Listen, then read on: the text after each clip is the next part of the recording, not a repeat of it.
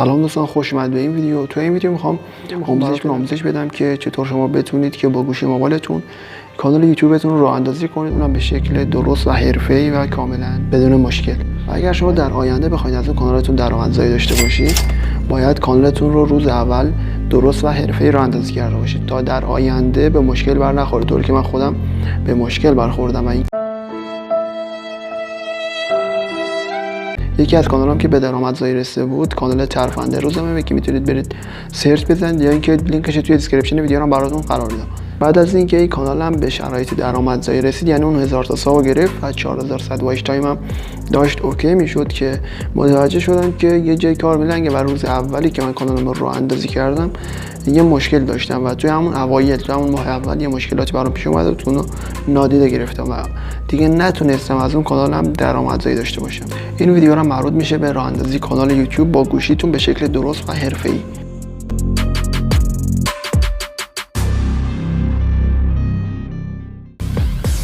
من یه جیمیل انتخاب میکنم که هنوز روش کانال ایجاد نکردم. اینجا براتون میاد که شما با چه اسمی، با چه آیدی و با چه عکسی شما میخواید یه سایز مخصوصی داره. این قسمت وسطی برای نمایش دادن روی گوشیاتونه. قسمت چنل آرت داره گوشی، یه لوگو داره، این لوگوشه و اینکه اسم داره و درباره. قسمت درباره هم که این قسمت. خب آموزش رو شروع میکنیم، اما قبل از اینکه آموزش شروع بشه ممنون میشم این ویدیو رو لایک کنید و اگر کانالم رو سابسکرایب ندارید حتما الان سابسکرایب کنید. در قدم اول شما یه دونه جیمیل لازم دارید که من آموزش ساخت جیمیل با گوشی رو قبلا ضبط کردم و لینکش رو توی دیسکریپشن ویدیو و این بالا براتون قرار میدم. شما میتونید یه دونه جیمیل بسازید. اول اگر شما خودتون جیمیل ساختید قبلا روی گوشیتون، اون جیمیل رو بذارید کنار و یه جیمیل جدید بسازید و کاملا باید جیمیلتون جدید باشه و همین الان جیمیلتون رو بسازید. و بعد از اینکه جیمیلتون رو ساختید، برنامه یوتیوب رو اگر روی گوشیتون نصب ندارید وارد گوگل پلی بشید و نصب کنید که روی گوشی اندروید به طور پیش‌فرض نصب شده است. قسمت اطلاعات برنامه رو شما کلیک کنید از یوتیوب و برنامه یوتیوب رو کلیر دیتا کنید. قسمت مدیر ذخیره سازی همون محل ذخیره و اینکه پاک کردن داده اگر گوشی شما انگلیسی کلیر دیتا نوشته و اینو پاک کنید و با این کار تمامی فایل های ذخیره شده یوتیوب روی گوشی شما پاک میشه. نگران حساباتون نباشید، حساب ها اصلا پاک نمیشه و برنامه یوتیوب شما طوری میشه که انگار همین الان برنامه یوتیوب رو توی گوشتون نصب کردید. برنامه یوتیوب رو باز میکنیم و منتظر اون برنامه یوتیوب برام لود بشه.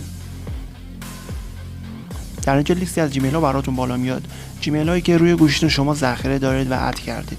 اینجا همون جیمیل رو انتخاب کنید که تازه ساختید و همین الان اون جیمیل رو درست کردید. من یه جیمیل انتخاب میکنم که هنوز روش کانال ایجاد نکردم و کمی صبر میکنم برام جیمیل بالا بیاد و لود بشه. من روی این جیمیلم هنوز کانال نساختم و وقتی وارد این محیط شدید فقط کافیه شما روی قسمت مثبت پایین کلیک کنید و بارگذاری ویدیو رو کلیک کنید. خب اینجا من دسترسی میدم بهش. اینجا یه دونه ویدیو انتخاب میکنم از توی گوشیم، یه فرقی نمیکنه، یه دونه ویدیو کوتاه باشه.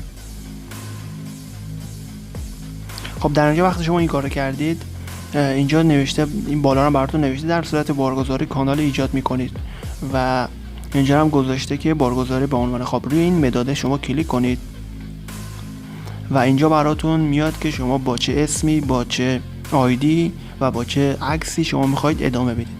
اینجا روی این عکس اگر شما کلیک کنید یه عکس رو شما انتخاب میکنید از توی گالریتون که اون عکس به عنوان لوگوی شما در نظر گرفته بشه و در اینجا هم اسم کانالتون رو به فارسی می نویسید. این اسم کانالتون فرق نمیکنه به فارسی یا انگلیسی و در اینجا هم آیدی کانالتون یا همون نام کاربری یا همون آیدی کانالتون که با ادساین شروع میشه و شما یه آیدی منحصر به فرد خودتون رو میتونید داشته باشید و لینک کانال یوتیوب شما هم این آیدی میشه. و وقتی این کارو کرده من یه آیدی اینجا انتخاب میکنم، مثلا میذارم که یا اینجوری یه آیدی میزنم اینجوری از پیش خودم و روی ذخیره کلیک میکنم، یعنی روی اسم کلیک میکنم و میزنم که همون عباسی میزنم باشه و ذخیره. خب اینجا هم روی ایجاد کانال ضربه میزنم و منتظر میمونم کانالم ساخته بشه.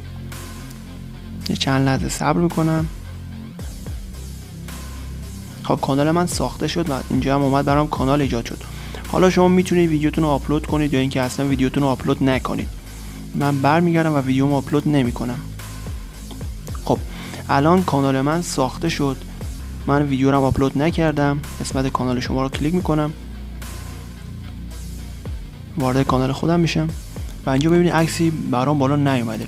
برای اینکه دوباره بتونید اسم کانالتون رو تغییر بدید روی این مداد کلیک کنید و اینجا دوباره میتونید برای کانالتون یه شهر بنویسید یا همون یه توضیحات بنویسید. اینجا میتونید 1000 تا کاراکتر استفاده کنید و یه توضیحاتی برای کانالتون بنویسید.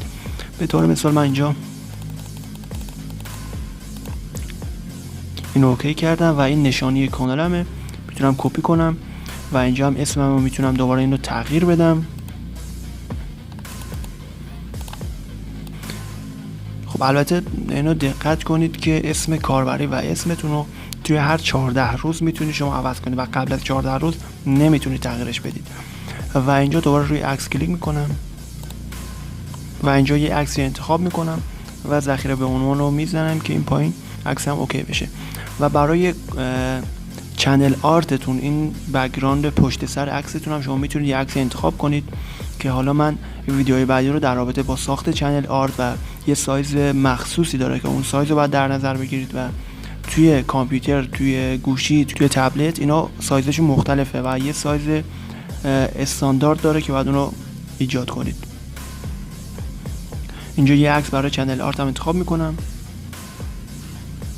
خب میبینید که یه سایز مخصوصی داره.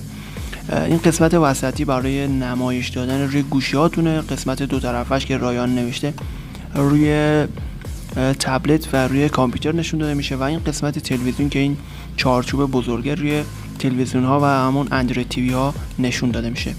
میتونید اینو انتخاب کنید و اینکه یه سایز مخصوص داره که شما باید نسبت به اون سایز چنل آرتتون رو بسازید. روی ذخیره کلیک میکنم و منتظر میمونم دوباره عکس چنل آرت هم به روز رسانی بشه. خب یه مقدار طول میکشه چون که اینترنت من ضعیفه و اوکی شد. بالاخره اوکی شد و چنل آرت منم اوکی شد. خب برمیگردم، میبینید که چنل آرت داره گوشیم، یه لوگو داره، این لوگوشه و اینکه اسم داره و درباره. قسمت درباره هم که این قسمت شما میتونید اون شرحتون رو بنویسید، همین این قسمت. و این هم از آموزش ساخت کانال یوتیوب به روش درست و استاندارد. امیدوارم این ویدیو رو لایک کرده باشید و برامون کامنت بذارید، سابسکرایب کنید. ممنون، دمتون گرم. منتظر ویدیوهای بعدی هم باشید که آموزشات بیشتر در رابطه با یوتیوب رو براتون ارائه میدم. تا ویدیو بعدی، خدا نگهدار.